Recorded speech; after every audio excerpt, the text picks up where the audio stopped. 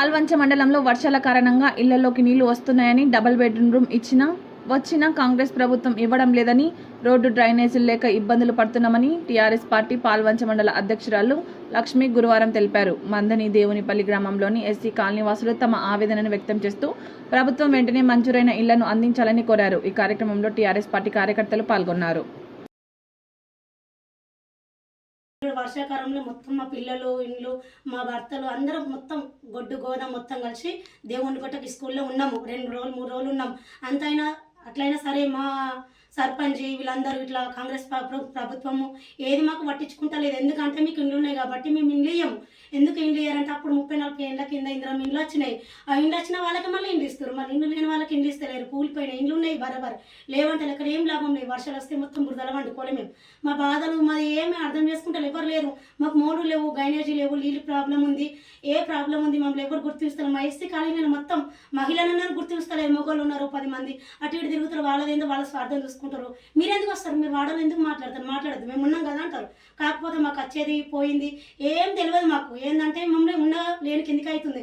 అందుకని చెప్పేసి మేము మా సొంతంగా మేము ఎందుకు మమ్మల్ని ఎవరు గుర్తిస్తలేదని చెప్పేసి నేను బీజేపీలో 10 ఏళ్ళు పనిచేసిన. నాకేం లేదు గుర్తింపు ఉన్నది. నాకు కోట్ల పైసా వచ్చింది, కానీ ఏం లాభం లేదు. నన్ను వాడుకున్నారు, వదిలేసిర్రు. నాకు బాధ అనిపించింది, ఎవరు గుర్తిస్తలేదని పక్కకుండా. ఇప్పుడు కల్వకుంట్ల కవితక్క తరపున మేము ఎందుకు వెళ్ళినామంటే ఒక ఆడబిడ్డ మా గురించి బయటకు వెళ్ళింది కాబట్టి మేము ఆమెను గెలిపించుకుంటాం అని చేసి మల్లికార్జున స్వామి గుడికాడికి వెళ్ళి ఆమె గురించి సీఎం రావాలి, మాకు అక్క రావాలని చెప్పేసి మేము పూజలు చేసినాం. ఘనంగా 60-70 మంది పార్టీలో జాయిన్ అయినాం. ఎందుకంటే ఈ అభిమానం అక్క వల్లనే ఇంత మనం ఆమెను చూసినాం. కాకపోతే పర్సనల్గా మేము కలిసినాము.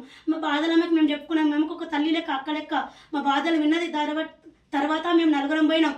అక్క మా పరిస్థితి గిట్ల ఉంది, ఇది పరిస్థితి అంటే ఎవరమ్మానంటే గిట్ల ఉంది, గిట్ల పరిస్థితి అంటే మీకు ఏ బాధలు వచ్చినా సంపత్ గౌడ్ను మాట్లాడురు అని చెప్పారు. మా జిల్లా అధ్యక్షులు వాళ్ళు మన జిల్లా అధ్యక్షులు బీసీసీఎల్ సతీష్ అన్న నియమించారు. సతీష్ నియమించి మొగోళ్ళు కానీ ఏం లేవు, పింఛన్లు లేవు. 5 ఏళ్ళు అవుతుంది భర్త చనిపోయి పింఛన్లు లేవు, ఏం లేవు, ఏది లేదు. ఇళ్ళ ట్యాక్సులు కట్టించుకుంటారు కానీ ఏం ప్రాబ్లం లేదు అన్నట్టు. మొత్తం మీకు ఏమున్నది, మీకు ఉండే ట్రాక్టర్లు ఉన్నాయి. కష్టం చేసుకుని ట్రాక్టర్లు కొనుక్కుంటున్నాం.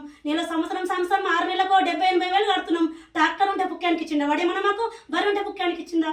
కష్టం చేసుకుని కట్టుకున్నాం. ట్రాక్టర్ ఉన్న వాళ్ళకి ఇల్లు రాదు, బర్రె ఉన్న వాళ్ళకి ఇల్లు రాదు, మీకు చేను ఉంటే ఇల్లు రాదంటే మరి ఉన్నోనికి ఎందుకు ఇల్లు ఇవ్వాలి చెప్పు? ఉన్నోనికి ఎందుకు ఇల్లు ఇవ్వాలి, మరి మాకెందుకు ఇవ్వాలి? మా మంత్రి దేనిపల్లి విలేజ్ తరఫున మేము కోరుకునేది ఇదే. ఎవరైనా సరే అప్పుడు నేను ఏం చేసినంటే రమణాన్ తరఫున నువ్వు ఉన్నావు, నీకు ఇల్లు రాదు, నీకు దళిత బంధు రాదని నన్ను ఒక్కదాన్ని పక్కకుంచి నేను బాధపడలేను. ఇప్పుడు కూడా అదే పరిస్థితి రావద్దు. మా విలేజ్లో మా ఎస్సీ గలీలో ఎవరైనా సరే యాక్టివ్ ఉండాలంటే ఉండాలి. కాబట్టి మేమందరం ఒక 10 మంది 20 మంది ఒక దగ్గర అక్క ఇట్లా కాదు, మనం అక్క దగ్గరికి పోదాం. మన పిల్లలు ఉన్నారు, మనకి ఇండ్లు ఉండడానికి చదువు, మా పిల్లలు చదువులో ఉంటే ఏదన్నా కావాలి, ఏదైనా సాయం అవుతుందనే మాకు మంచిగా అవుతుందని మా విలేజ్ తరఫున ఇదే కోరుకుంటున్నాం. కానీ ఏం లేదు. ఇక మళ్ళీ వాటర్ ప్రాబ్లం కూడా ఉంది మాకు. ఈ 10 నెలలకు వాటర్ మొత్తమే నీళ్ళు వస్తలేవు.